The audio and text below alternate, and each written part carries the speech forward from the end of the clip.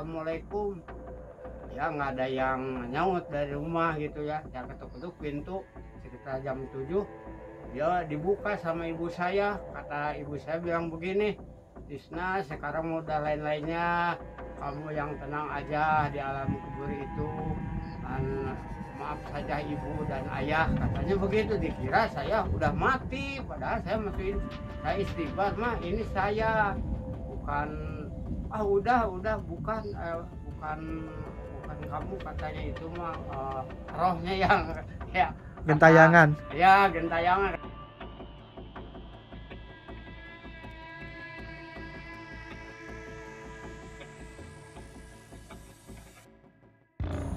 Assalamualaikum warahmatullahi wabarakatuh. Kembali lagi bareng saya Kang Hakim. Apa kabar Sobat Berkah? Dimanapun kalian berada, semoga kalian semua dalam keadaan baik-baik saja, dalam keadaan sehat walafiat, sehat rohani, sehat jasmani, dimudahkan segala urusannya, diberkahkan hidupnya. Pada kesempatan sore hari ini, ya habis asar ya, kurang lebih jam setengah 4 atau jam 4 sore, Kang Hakim masih berada di rumahnya Abah Entis yang tinggal sendirian, hanya tinggal satu keluarga. Kalau dulu tahun 1994 di sini tuh kurang lebih ada 190 rumah. Namun sekarang seiring berjalannya waktu, masyarakatnya pada pindah, ada yang meninggal dunia mungkin ya, ada yang pindah karena bencana, tinggal keluarga Pantis saja. Dan Pantis ini atau Abah Entis ini memiliki kisah yang cukup lumayan unik, cukup lumayan menarik. Tadi sedikit ngobrol ya, habis sholat asar berjamaah, Pantis bilang katanya Abah Entis itu sempat dikira sama keluarganya itu sudah tiada atau sudah meninggal dunia karena 5 tahun tidak pernah pulang, tidak balik ke rumahnya. Penasaran kan dengan kisahnya? Tonton terus, simak terus video ini. Jangan lupa juga like, comment, subscribe, terus share video ini ke media sosial kalian. Saya doakan yang membantu share video ini ke media sosial masing-masing, semoga rezekinya itu mengalir deras bagaikan derasnya air hujan. Amin ya Allah ya Rabbal alamin. Kebetulan sekarang juga cuacanya itu pas lagi turun hujan, bisa teman-teman sendiri tuh embun di sebelah sana ya. Jadi di sini tuh sekarang turun hujan, cuacanya ya sedikit mendung, semendung hati kalian mungkin yang lagi putus cinta gitu ya, atau yang lagi patah hati, yang baru cerai sama istri, atau mungkin yang baru kehilangan barang, benda, sesuatu kayak gitu ya. Dan itu adalah rumahnya Abudi. Itu rumah Abudi sekarang sudah tidak ditempatin lagi karena Abudi dan keluarga sering diganggu sama hantu. Di kamar yang ini nih, nah yang ada bolong itu ada hantu tinggi besar hitam katanya. Jadi Abudi dan keluarga tidak pernah nyenyak tidur, makanya pindah. Dan bagi para penonton juga yang sedang nonton video ini, kapanpun kalian nonton video ini, apabila sudah memasuki waktu sholat, silahkan sholat terlebih dahulu. Jangan sampai adanya video ini atau tayangan ini melalaikan atas kewajibannya hidup di dunia ini, karena sholat itu hukumnya wajib daripada menonton video ini. Nah ini suasana di sekitaran rumahnya Abah Entis. Ini ada jobong atau WC. Namun di sini tuh, di balik keindahan ini tuh tersimpan sebuah misteri, banyak sekali misteri. Assalamualaikum. Nah kebetulan Abah dan juga emaknya lagi santai di dapur ya. Lagi apa Bah? Nggak masak? Lagi istirahat aja. Istirahat. Abah maaf, saya tuh mau tanya nih, yang tadi kita obrolin tuh ya. Abah kan bilang Abah sempat dikira sudah tiada atau sudah meninggal dunia sama keluarga. Itu gimana ceritanya Bah? Nggak balik-balik, nggak pulang-pulang? Abah? Sempat dikira udah mati Bah, udah meninggal. Kan begini ceritanya, waktu Abah masih kuli bangunan, jadi tukang ngaduk gitu ya, dulu di Taman Mini kan. Nah, Abah ada kejadian, Abah baru datang ke Taman Mini 1 hari, begitu Abah mau beli rokok, teman Abah mau udah ada 4 bulan di sana duluan gitu. Jadi Abah mah baru datang ke Taman Mini itu, Abah mau beli rokok. Namanya si Nang, Abah mau beli rokok kemana? Oh beli rokok mau ke sana yuk katanya. Saya dibawa sama dia begitu beli rokok. Kok jauh sekali nih beli rokok, kaki udah pegel. Tahu-tahu udah datang ke sana ke komplek tentara sipur. Nggak tahu, oh teman Abah itu punya pacar ya, anak tentara sipur. Abah beli rokok aja ke warung itu. udah begitu tapi pemuda di situ pada semuanya pada lihat-lihat aja sama Abah. Abah duduk aja duduk rokok. Udah begitu temen Abah duluan katanya udah yuk mau pulang. Dia terus jalan kencang sekali. Abah kan nggak tahu, baru datang. Dia kata Abah bilang, Nang tunggu tuh ini saya ya cepat aja katanya. Nggak tahu udah ada 10 meter jaraknya ada anak kecil. Dia minta rokok sama Abah. Bang bagi rokok katanya, kecil sekali.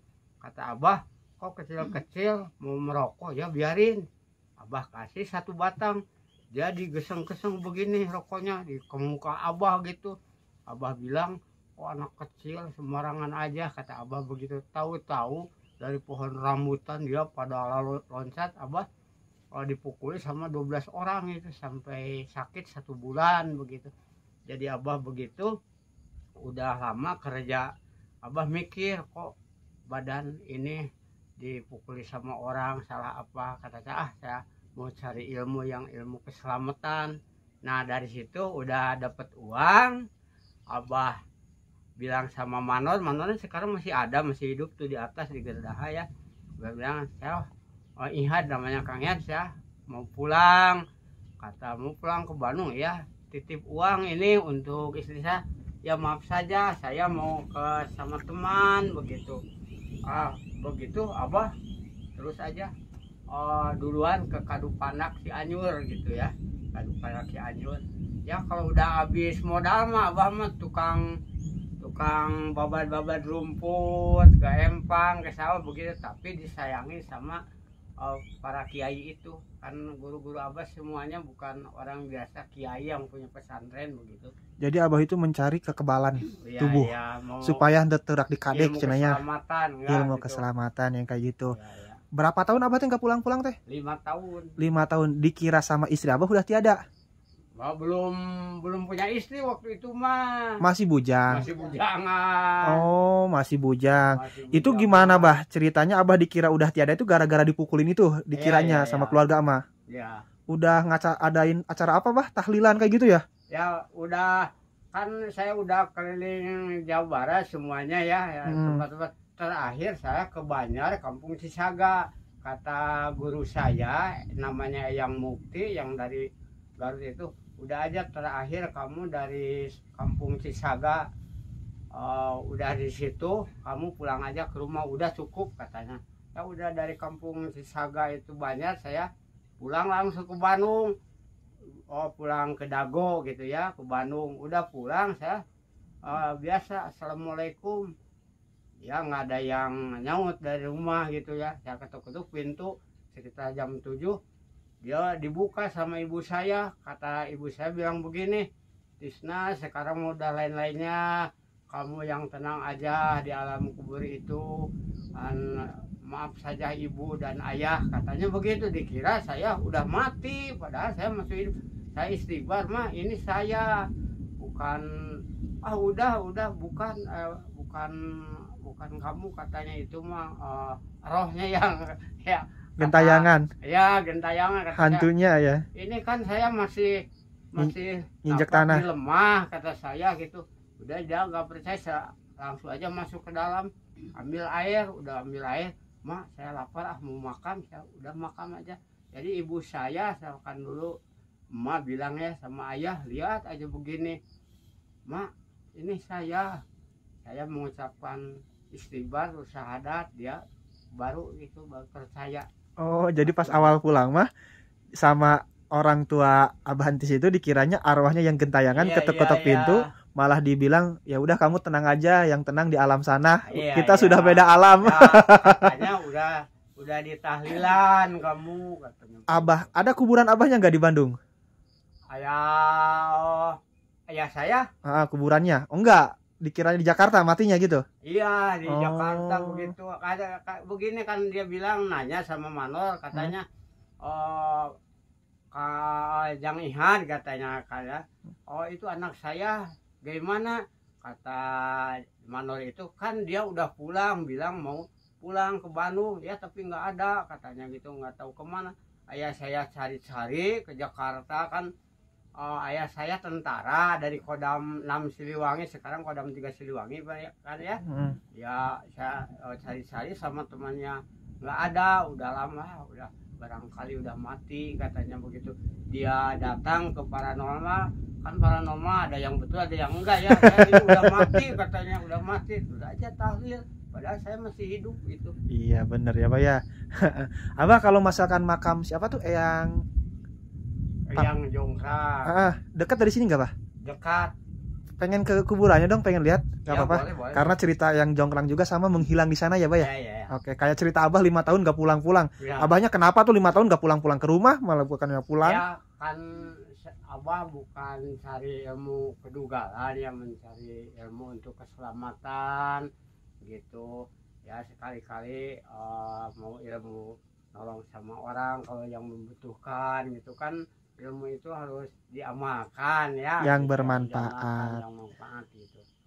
Yuk Bah ke makam yang Ya boleh. Dongkrang ya. Lewat sini berarti Bah? Ya. Oke. Nah itu tadi cerita dari Abah. Ada siapa Bah? Pakai sepatu dikarenakan kotor. Oh harus pakai bingkap. Iya. Nah makanya jangan 100% percaya sama paranormal ya Bah ya. Iya. Contohnya ya kejadian Abah Entis nih. Kata paranormal Abah Entis itu udah tiada, udah meninggal dunia, namun kenyataannya kan masih hidup. Terus kalian ingat kan kejadian Yana yang di Cadas Pangeran, yang katanya dia ambil siluman siluman itulah, padahal beliau itu di istri mudanya di daerah Cirebon.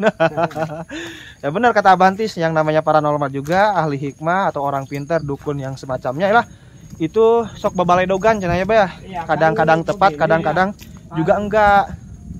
Gimana Bah? Misalnya bentar Bah, sambil ngobrol yuk. Gimana ceritanya? Kan begini, kalau dia orang Islam, dia suka melakukan sembahyang, kan itu dari keterangan dari Allah 40 hari nggak diterima sembahyangnya. Betul. Begitu kalau datang paranormal gitu. Iya bener bakal dukun ya. Ya dukun gitu. Bahasa kasarnya itu dukun. Kalau di kita mah dibilangnya suka pakai bahasa halus, ahli hikmah, orang pinter lah kayak gitu. Kalau Abah bukan dukun begitu. Abah lewat mana Bah jalannya? Lewat sini. Oh masih kita harus menelusuri jalan setapak kayak gini ya? Iya. Jalannya jalan setapak, dan bagi para penonton juga yang belum sholat ya sholat dulu ya. Belok ke sini. Ibadah dulu lah gitu. Masuk ke kebun. Oh masuk kebun. Iya. Wah area kebun nih. Nggak apa-apa diinjak ini area perkebunannya. Enggak apa, ini kan kebun Milik Abah. Punya Abah gitu. Ya punya mah punya Allah, cuma Abah yang itunya. Gitu. Yang ngegarap. Ya. Ini tomatnya belum mulai panen Bah. Kan dulu ini bekas ketimun. Ya udah ketimun, sebelum mau di tanam lagi ya, di ini buncis ini sama buncis begitu. Mana makamnya Bah, dari sini jauh? Itu yang ada pohon pisang. Kuburan, semacam kuburan atau apa Bah? Iya. Oh kayak kuburan kayak gitu ya. Saya mau lucu, masih ingat tadi cerita orang tua Abah. Saya juga kayaknya kalau misalkan ada anggota keluarga yang kayak gitu pasti kayak gitu Bah. Udah kamu yang tenang aja di alam sana, jangan gimana.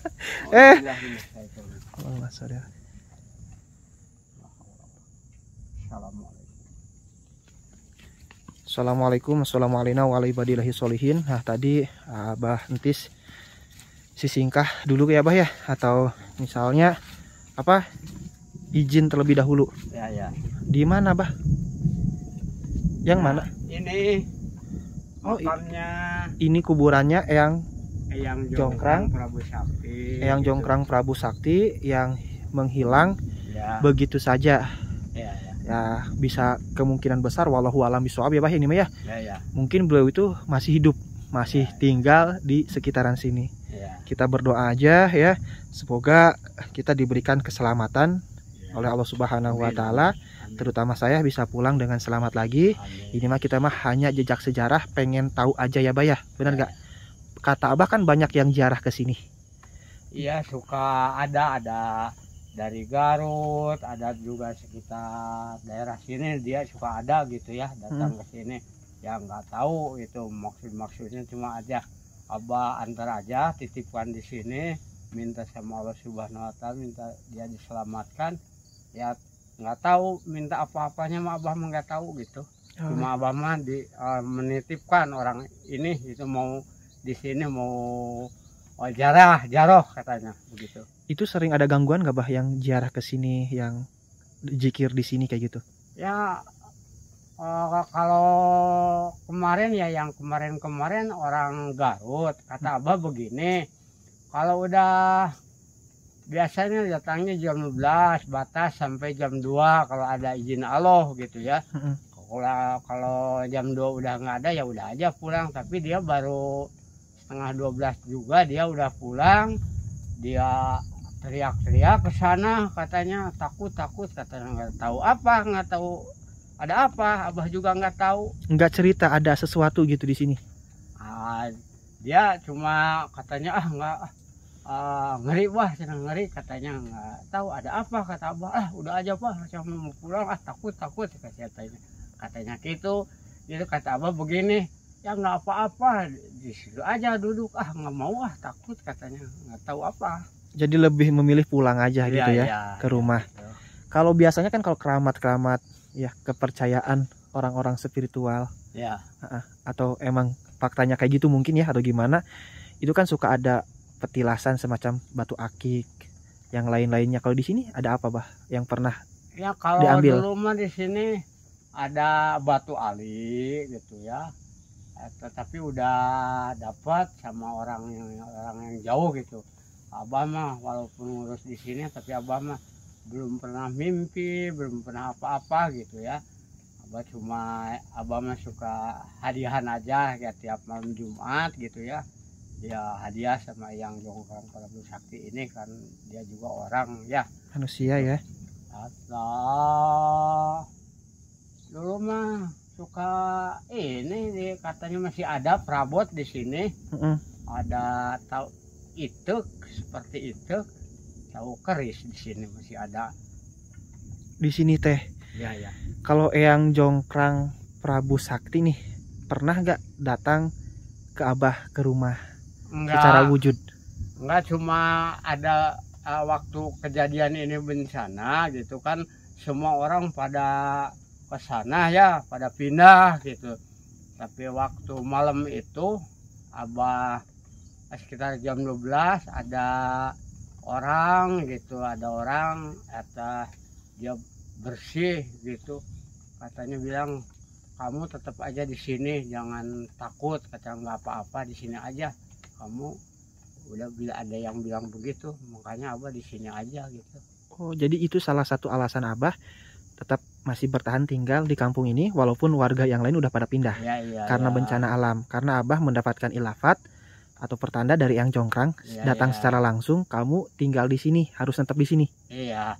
Katanya walaupun ke tempat yang datar, kalau orang waktunya mati ya mati katanya begitu. Udah takdir ya. Alhamdulillah selamat gitu. Karena kalau yang namanya kematian itu pasti datang kapanpun ya. Gitu. Dan ini makam Prabu Eyang Jongkrang ya teman-teman. Ila hadratin Nabi Mustafa Rasulullah sallallahu alaihi wasallam wa ala alihi wa azwajihi wa dzurriyyatihi wa ahli baiti kiram ajmaina sayulillahi lahul al-fatihah.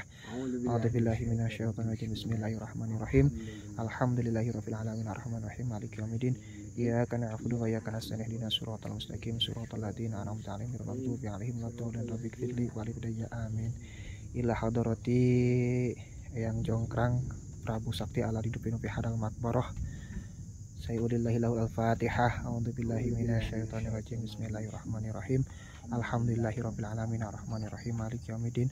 Iyyaka na'budu wa iyyaka nasta'in ihdinas siratal mustaqim siratal ladzina an'amta 'alaihim ghairil maghdubi 'alaihim waladdallin. Rabbighfirli wa liwalidayya amin. Abah maaf, kan tadi sama Abudi sempat ngobrol ya, pernah yang datang ke sini itu enggak tawasul dulu, enggak izin terlebih dahulu, enggak sisingkah lah kalau bahasa Sundanya gitu ya. Itu pernah ada kejadian apa tadi lupa lagi, ada lihat sesuatu yang mengerikan katanya, itu benar bah? Iya itu. Apa tuh?